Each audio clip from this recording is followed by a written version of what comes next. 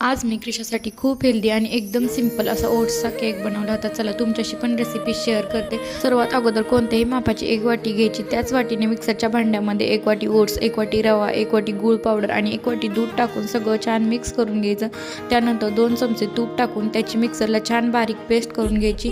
ती पेस्ट एका बाउलमध्ये काढून घ्यायची. ज्या भांड्यामध्ये तुम्ही केक बेक करणार आहे त्याला छान ऑइलने ग्रेस करून घ्यायचं. इथे तुम्ही बटर पेपर पण यूज करू शकता, पण माझ्याकडे सध्या बटर पेपर अवेलेबल नव्हता, त्यामुळे मी त्याला ऑइलने ग्रेस केलं होतं. त्यानंतर 2 चमचे कोको पावडर टाकून छान मिक्स करून घेतलं. लास्टला 1 चमचा बेकिंग पावडर टाकून या टाईपचं बॅटर बनवून घेतलं. त्यानंतर ज्यामध्ये आपण केक बेक करणार आहे त्यामध्ये ते ट्रान्सफर करून प्रीहीट केलेल्या कढईमध्ये केक बेक होण्यासाठी ठेवून दिला.